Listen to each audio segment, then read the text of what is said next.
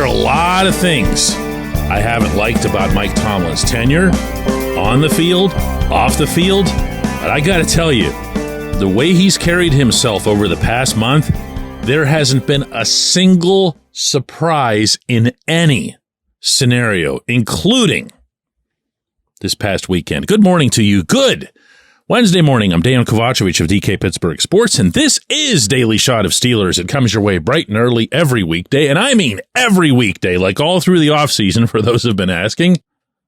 I also offer daily shots of Penguins and Pirates for those who are interested in hockey or baseball. Tomlin found his way to get his message out to the people he cares about when it comes to getting messages out. And those are always, always, always the people in the building, as I've been sharing with you for many years. Even when he speaks with us reporter types, what he is seeing as he talks to us are his players, are his coaches, are the people in the building. He knows they're going to see, hear, or read what we report, and he wants them to get a certain message. So how does this go? Let's rewind a little bit here. In Orchard Park, after the game, after about 4 minutes of the press conference, which is about as long as a post-game press conference lasts, Bert Loughton, the team's longtime communications director, picks up on a pause in the questioning. The coach hates the pause. Bert hates the pause. So what Bert does reflexively, every time there's a pause, is he'll bark out to the room, "Anyone else?" And it was then that a question came from an ESPN reporter, Brooke Pryor, who covers the team on a regular basis, that began with a reference to Tomlin being on the last year of his contract. If you watch the video like it's the Zapruder film, you will see that Tomlin's head turns to the left to begin heading toward the door, somewhere between the words last and year. He knew what was coming. He didn't think it was going to be a question about the secondary being banged up. So my educated guess here, on having been around these two gentlemen for a long time, is that Tomlin and Loughton had an understanding. If this comes up, I'm going to walk out of here, which he did. I'm not here to talk about other reporters' questions or anything like that. I ask what I want. They ask what they want. Speaking only for myself, I save the broader picture stuff for Tomlin's session that comes later in the week, because I know he's not going to answer those immediately after a game. He's never done it, and he wasn't about to do it here. So Tomlin walks out, and the video, it goes viral the way you would expect. The funny thing is, there's not a soul in that environment who was surprised by it, because he's done it many times. It might not be after a game, although I'm pretty sure there have been a couple of those. It can be after a practice. It can be after a training camp session. He just hears something that he doesn't like and he walks away. A few years ago, I wanted to ask Tomlin a question one-on-one. I didn't want any other reporters to have his answer after a practice. So I asked Bert, "Hey, Bert, can I get the coach one-on-one?" And he kind of makes this face because the coach doesn't like to do one-on-ones. Bert says, "I'll see what I can do." Practice ends. Coach comes marching my way. We're both standing out there in the grass, no one else around us. And I begin to ask this question about Hines Ward's usage in his final season, when you might remember he wasn't getting the football at all, and it was pretty clear he was done. Tomlin wanted nothing to do with this. He takes one sideways step to his right and walks right past me without saying a word. And just as he's about to enter the facility, he yells out, "I tried, Bert! I tried!" That was it. That was the end of it. Bert and I had a good laugh out in the grass, and I went back to write my column without a quote. That was it. This happens all the time. We, reporters, including me, aren't a thing for him.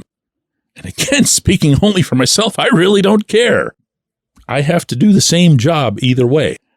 So yesterday, with his players in that building, one more time, one final time, really. He pulls them all together. He has a meeting. It does not last very long. And in that meeting, he tells them he's coming back to be the head coach in 2024. He further explains to them that the reason that he didn't answer the reporter's question in Buffalo was that because he has another year on the contract, he didn't feel it was an issue, and he didn't feel it was appropriate to explain anything to the media at that time. But because it had become a thing, in particular with the video, he wanted to make sure that they got the message, because that's the only thing he's ever concerned about, is them getting the message. And the result is the people who didn't like Tomlin or hate Tomlin or want him gone were going to look at that video and say, what an outrage. Chuck Noll wouldn't have done that. To which, of course, the magnificent Steel City Films account on social media uncovered a spectacular inside the press room clip of a reporter asking the late, great Mr. Noll something related to his contract or his future with the team. To which Noll says, I don't have to answer that. And he gets up from this table and walks right out of the room. This stuff happens. It happens across sports. It happens all the time. Reporters aren't offended by it. Reporters don't really care about it. Total non-issue. As is now Tomlin's immediate future with the Steelers. When we come back, J1Q. This segment of Daily Shot is brought to you by our good friends at Mike's Beer Bar. They're located on Federal Street, directly across from PNC Park. Mike has more than 500 beers on tap, including from more than 50 local breweries. Stop in and say hello. Tell Mike we sent you. Mike's Beer Bar. Exciting news from Live Casino Pittsburgh's Poker Room. Join them this month for an $8,000 cash drawing on January 21st at noon. Don't miss the Westmoreland 300 Multi-Flight Poker Tournament starting January 23rd with a $25,000 guarantee prize pool. Seize your chance in the daily high hand hustle promotion. The first 10 high hands win up to $200 with a second round from 6 to 10 p.m.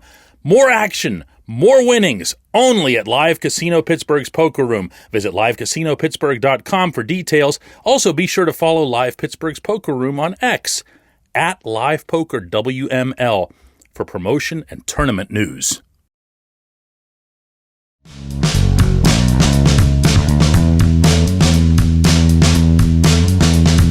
Today's J1Q comes from Chris, who says, DK, does Terrell Austin get a pass as the defensive coordinator because of true attrition? Or does Pat Meyer get a pass because Dan Moore went 180 to the bad and Mason Cole was lousy in positions that were supposed to be upgrades?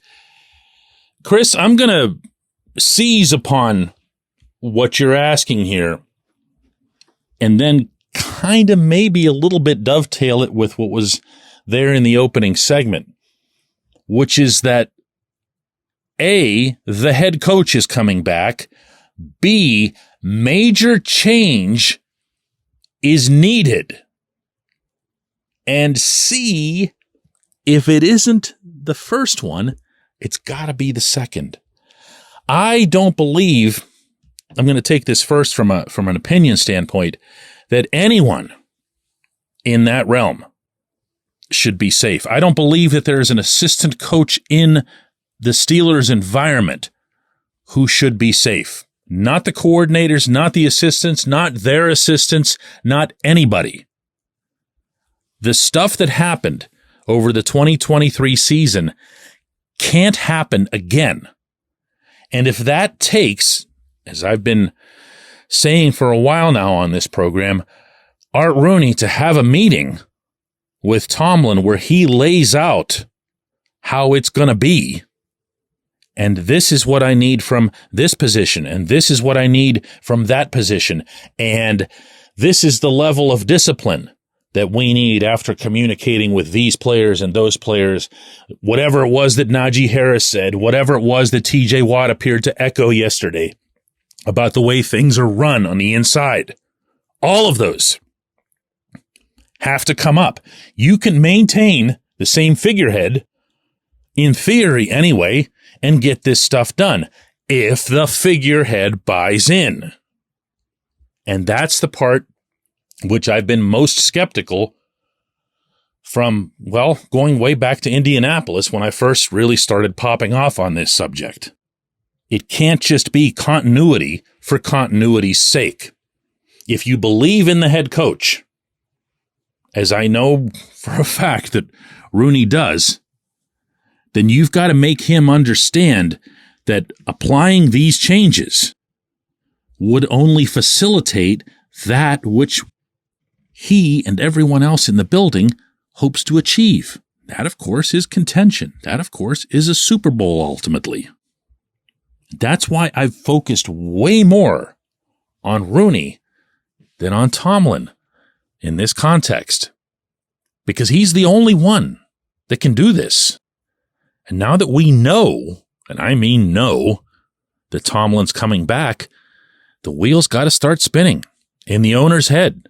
He's got to be meeting with people, lots of people. He's got to be uncovering his own information. That's something that I've learned in the past about team ownerships in general when they're undergoing meaningful, relevant, not just for show, change, is that they have to do their own work. They don't just bring Tomlin into the office and say, hey, Mike, why did this happen? They have to already know that answer. Going back a few years when Mario Lemieux and Ron Burkle made massive wholesale changes with the Penguins, this was in the mid-2010s, they trusted nobody to help them in this process. They did all of the digging themselves. They'd bring in one person at a time. What about this? What about that? And they ended up firing a GM when they had no intention of firing that GM. They only were going to fire the coach. You know what happened very soon after that? That's right. They won not one Stanley Cup, but 2 Stanley Cups. I'm not making any kind of predictions here, and I'm not comparing it in that sense. What I'm saying is that Rooney's got to roll up his sleeves, and he's got to do it in a way that he's never done before. I appreciate the question. I appreciate everyone listening to Daily Shot of Steelers, and we will, in fact, do another one of these tomorrow.